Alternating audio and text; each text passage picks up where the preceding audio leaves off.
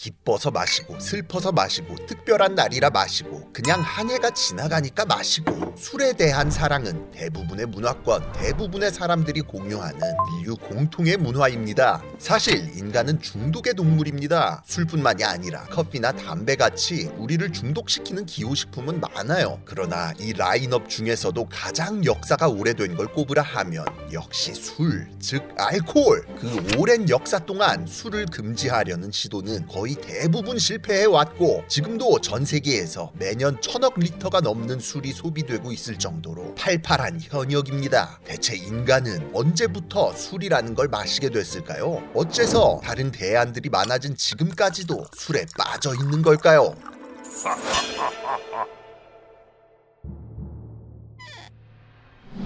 오늘날의 인간들이 여전히 과일을 즐겨 먹는 것처럼 대부분의 잡식 동물들 역시 과일을 좋아하고 많이 먹습니다. 동물들이 과일을 좋아하는 근본적인 이유는 바로 단맛인데 당분이야말로 야생에서 얻을 수 있는 가장 고효율의 에너지원이기 때문이죠. 때문에 야생에서는 과일을 얻기 위한 쟁탈전이 상시 개최되고 있습니다. 이 쟁탈전은 크게 과일이라는 세계 속에서 일어나는 1라운드, 과일의 세계 밖에서 일어나는 2라운드로 나눌 수가 있어요. 수분과 단당류가 가득 찬 이 꿀단지를 차지하기 위해 각종 세균들과 곰팡이들이 각축을 벌이는 1라운드. 여기서 등장하는 게 바로 곰팡이계의 1인자 효모입니다. 효모는 공기 중에서 날아오거나 미리 과일 속에 들어있다가 과일이 익어서 당분이 충분해지면 이걸 빠르게 소모시키며 알코올로 바꿔버리는데요. 이게 바로 우리가 발효라고 부르는 과정으로 이렇게 되면 과일 내에 다른 세균이나 곰팡이들이 활동을 할 수 없어져서 덕분에 과일도 좀 더 오랫동안 먹을 수 있는 상태가 돼요. 그렇다면 자연의 과일에서 나는 알코올 향기는 좋은 신호겠죠? 다 익어서 먹기 좋은 상태인데다가 세균의 위험도 제거됐다는 뜻이니까요. 이렇게 알코올 향기를 맡은 온갖 동물들이 과일로 몰려들면서 2라운드가 열리는 겁니다. 당연히 인간도 2라운드의 주된 참여자들 중 하나였고 가끔 시즌을 잘 만나서 노다지를 발견! 실컷 먹을 수 있는 기회가 생기면 맛있는 과일 파티를 벌이면서 취하는 기분까지 느낄 수 있었던 거죠. 이 행복한 기분을 더 농축할 수는 없을까? 더 자주 즐길 수는 없을까? 훗날 안전한 동굴 속에 거처를 마련하고 돌이나 나무를 파내서 그릇을 사용하게 된 인류는 과일을 잔뜩 따다가 한 군데다 모아놓고 일부러 발효를 시키기 시작했습니다. 그렇게 자연 발효된 알코올을 넘어 대충 술이라는 것이 출현했죠.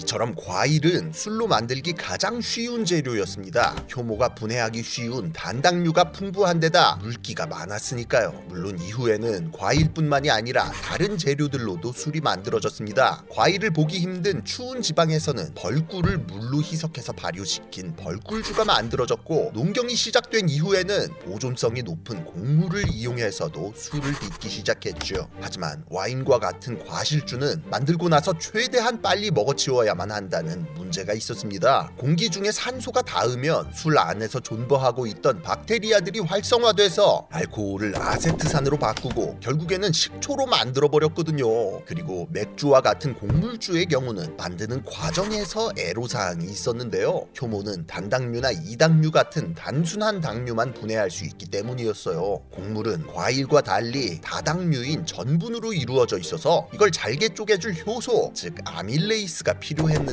슬프게도 가장 구하기 쉬운 아밀레이스는 다름 아닌 사람의 침 속에 있었습니다. 그래서 초기의 곡물주는 사람이 씹었다 뱉는 식으로 1차 처리를 해서 발효를 시키는 게 국룰이었죠. 지금과 같은 모습의 술이 등장한 것은 청동기 시대 문명이 고도화되면서부터였습니다. 지중해의 페니키아인들은 술병 안쪽에 송진을 바르는 방법을 개발해서 와인을 더 오래 보존할 수 있게 바다를 건너 수출할 수 있게 만들었고 이집트인들은 보리에 싹을 틔워서 중국인들은 누룩 곰팡이를 배양해서 사람의 침을 대체하는 아밀레이스를 얻어냈어요. 또한 점차 발전하는 무역 네트워크를 통해 각지의 술 문화가 활발히 교류됐습니다. 맥주가 북유럽까지 전해지고 지중해 세계 전체에서 포도가 재배되기 시작했으며 실크로드를 통해서는 멀리 동쪽의 중국과도 양조 기술이 오고 갔죠. 밀이나 포도 같은 한자들이 바로 이런 교류의 흔적입니다. 꿀 밀자는 고대 인 인도 유럽인의 일파인 토하라인들로부터 받아들인 어휘로 벌꿀주가 중국에까지 전해졌다는 강력한 증거로 볼 수 있고, 포도는 원래 바다와라고 해서 중앙아시아의 그리스계 국가였던 박트리아 사람들이 와인 항아리를 부르던 말인데 이걸 그대로 음차한 단어거든요.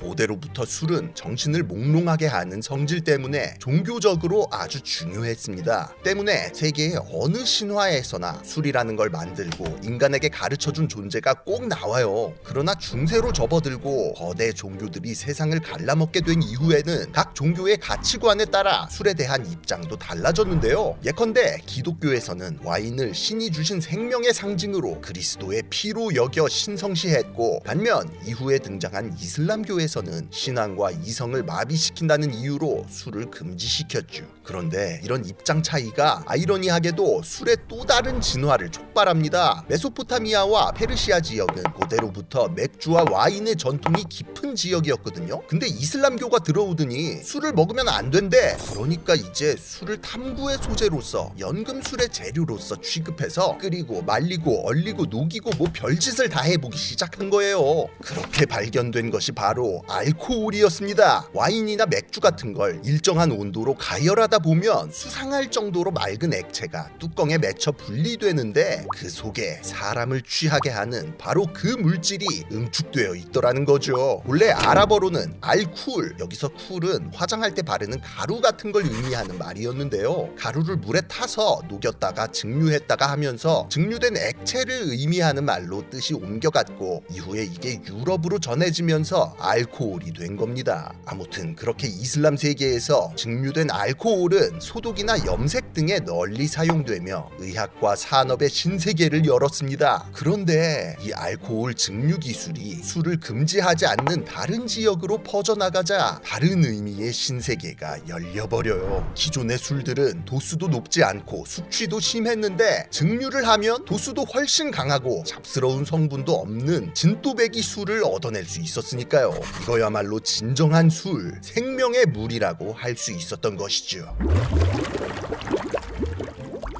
특히나 이슬람 세계와 맞닿아 있던 유럽에서는 일찍이 이 기술을 받아들여 독자적으로 연구시키고 발전시켰습니다. 당시 유럽 의학의 중심지였던 이탈리아의 살레르노에서는 의사들을 중심으로, 이슬람의 지배를 받던 이베리아 반도에서는 연금술사들을 중심으로 알코올을 연구하기 시작했죠. 가톨릭 수도사들도 빠질 수 없었습니다. 애초에 와인은 가톨릭의 성체성사에서 빠질 수 없는 필수 요소 때문에 수도원은 술에 관한 최고의 장인들이 모인 곳이나 마찬가지였는데, 술의 정수가 발견됐다고 하니 이건 못 참는 거죠. 그렇게 증류주는 유럽인들에게 생명의 물이라는 이름으로 불리기 시작했습니다. 중세 라틴어로는 아쿠아 비테라고 하는데 이 의미가 각지로 퍼져나가며 아쿠아비트, 오드비, 위스키 같은 단어로 변해 정착됐어요. 재료도 아주 다양했는데요. 프랑스 남부나 이탈리아 같은 남유럽에서는 와인 같은 과실주를 증류해서 주로 브랜디 나 꼬냑 같은 술을 만들었고, 스코틀랜드에서는 맥주처럼 보리를 발효시킨 뒤 증류해 만드는 스카치 위스키가, 북유럽이나 동유럽 등지에서는 감자나 밀을 이용해 만드는 보드카를 즐기게 됐죠. 증류주 열풍은 서쪽뿐 아니라 동쪽으로도 절찬리에 퍼져나갔습니다. 특히나 중국과 이슬람 세계를 모두 정복해버린 몽골 제국이 큰 역할을 했어요. 기존에 곡물을 발효해 빚은 황주를 주로 마셨던 중국인들은 몽골의 지배 이후 증류 기술을 완성해서 고량주 같은 백주를 본격적으로 즐기기 시작했고, 고려는 아예 몽골을 통해 증류 기술을 처음 도입했죠. 그래서 처음에는 몽골어 단어 아르히를 그대로 받아들여 아락주, 아라치 같은 이름으로 불렀습니다. 이 분야의 원조인 아랍인들이 증류주를 아락이라고 불렀기 때문인데, 아락은 땀이라는 뜻, 증류할 때 맺히는 이슬이 땀 같다고 해서 붙인 이름이에요. 한국인의 소울 드링크 소주도 이때부터 그 역사가 시작됐는데요. 고려의 수도였던 개성이나 병참기지였던 안동에서 특히나 이런 증류주가 많이 만들어져서 지금까지도 개성소주, 안동소주 같은 이름으로 그 명성이 이어지고 있을 정도죠.